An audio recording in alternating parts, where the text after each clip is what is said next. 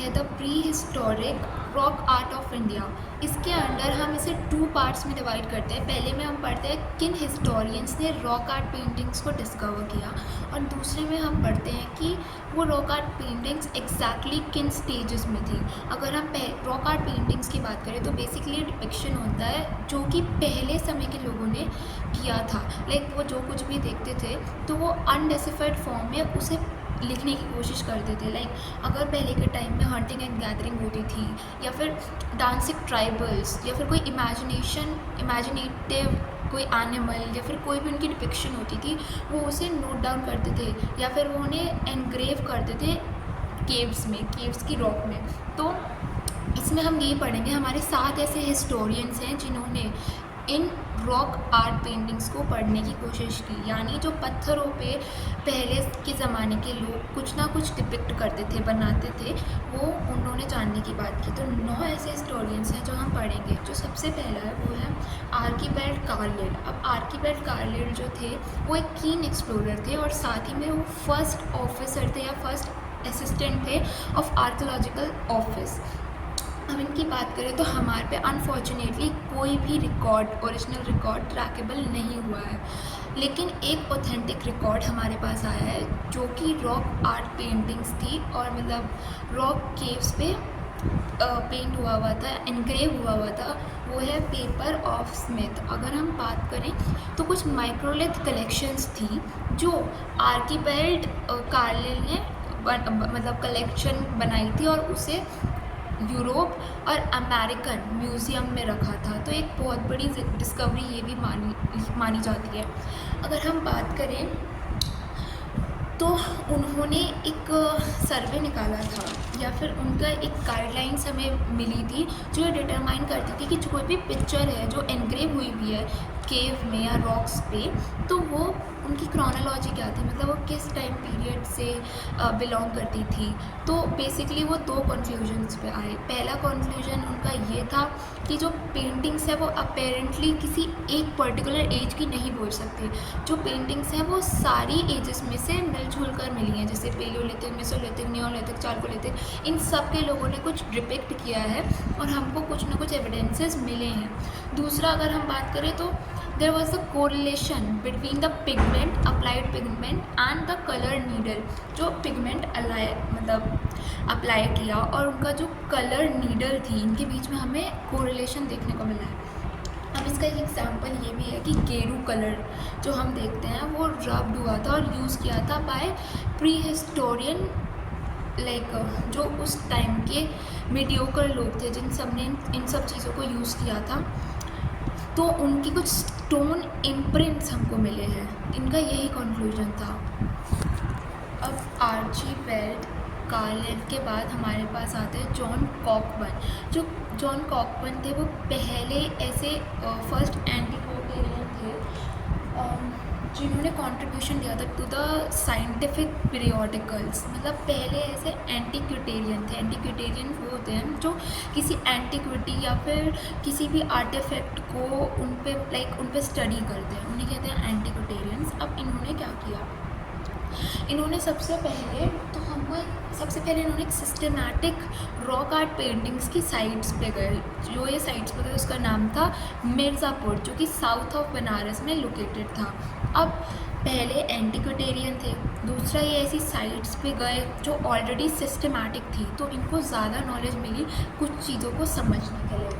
अब बात करें तो इन्होंने डिस्क्रिप्शंस तो दी उन साइट्स की, या जितनी भी इन्होंने एविडेंसेस मिले इनको, उन्होंने इसका डिस्क्रिप्शंस के साथ साथ इनका एक ट्रेसिंग वे भी दिया। अब ट्रेसिंग वे क्या होता है, जैसे इन्होंने इन्वेंट किया एक पेपर जो कि लाइक ट्रांसपेरेंट हो जाता है विद द हेल्प ऑफ और by the use of the petroleum. अब इन्होंने कुछ प्रूफ करने के लिए, लाइक इन्होंने कुछ आर्ग्यूमेंट्स, थ्योरीज पढ़ी, उनको प्रूफ करने के लिए इन्होंने 4 ऐसे कंक्लूजन्स दिए अपनी हाइपोथेसिस के बाद। पहला था कि जितने भी रॉक पेंटिंग्स थे, जो रॉक पेंटिंग्स थी, उनमें जो एनिमल्स थे वो एक्सटिंक्ट हो गए हैं। जैसे डायनासोरस बहुत साइड्स में एक्सटिंक्ट हो चुका था। पहली इनकी थ्योरी ये थी। दूसरा इन्होंने बोला कि there was hematite basin marks.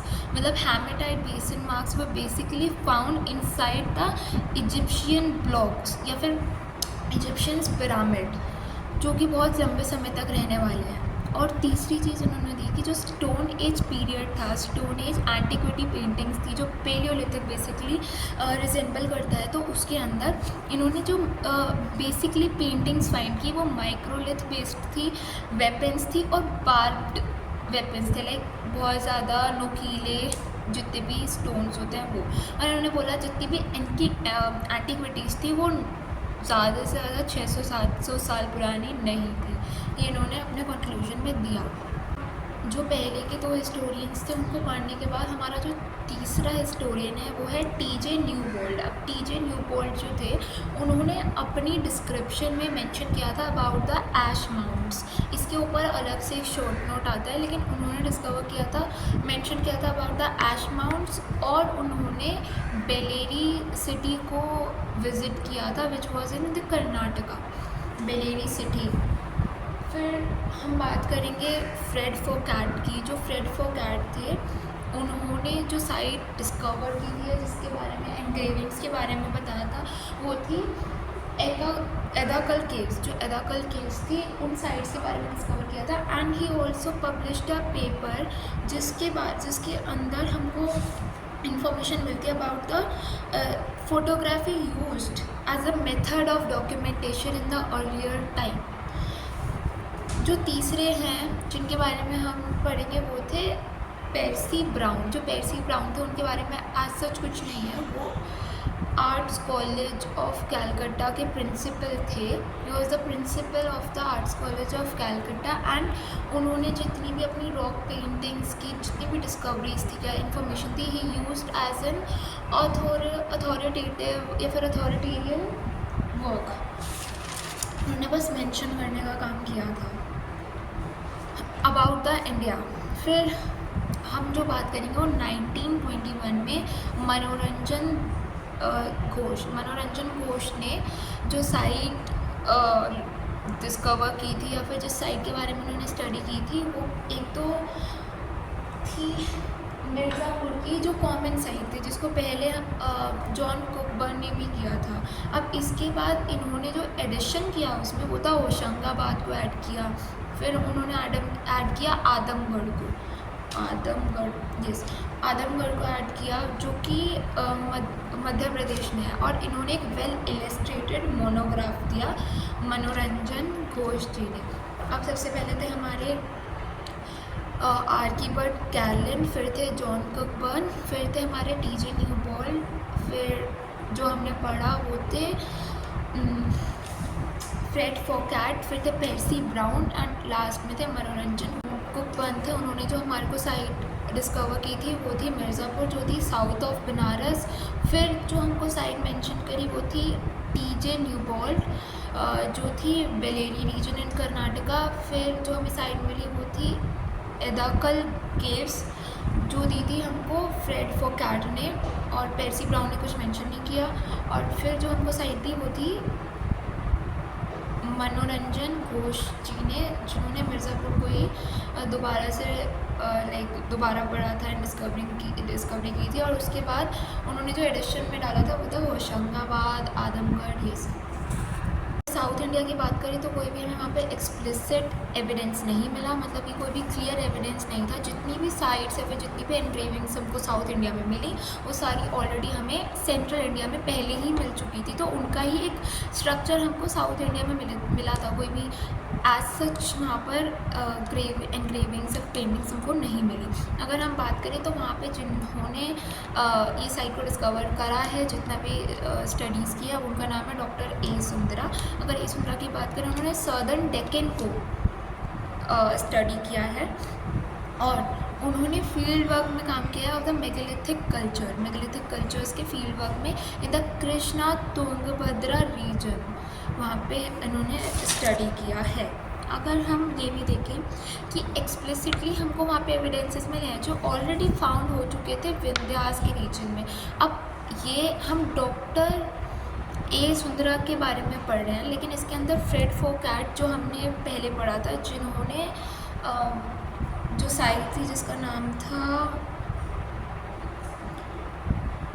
एदाकल site, वो उनको उसको डिस्कवर किया था, तो उनका भी इसमें बहुत बड़ा रोल आता है कि उन्होंने एक साइट करी थी यहाँ पे एक्सकेवेट, जिसका नाम था कोपागल्लू इन 1892।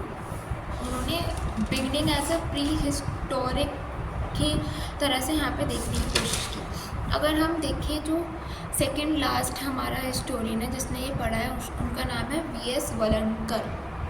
वी.एस. वलनकर ने 1957 में साइट्स को डिस्कवर करना शुरू किया, और इन्होंने आज सच कुछ बड़ी डिस्कवरी नहीं की, बट इन्होंने डिस्कवर किया साइट ऑफ भीमबेटका जब वो अपनी एक रेल जर्नी में थे। लेकिन ये इनके लिए कोई बड़ी बात नहीं थी, क्योंकि इससे पहले इन्होंने भीमबेटका से भी बड़ी बड़ी साइट्स को डिस्कवर कर रखा था।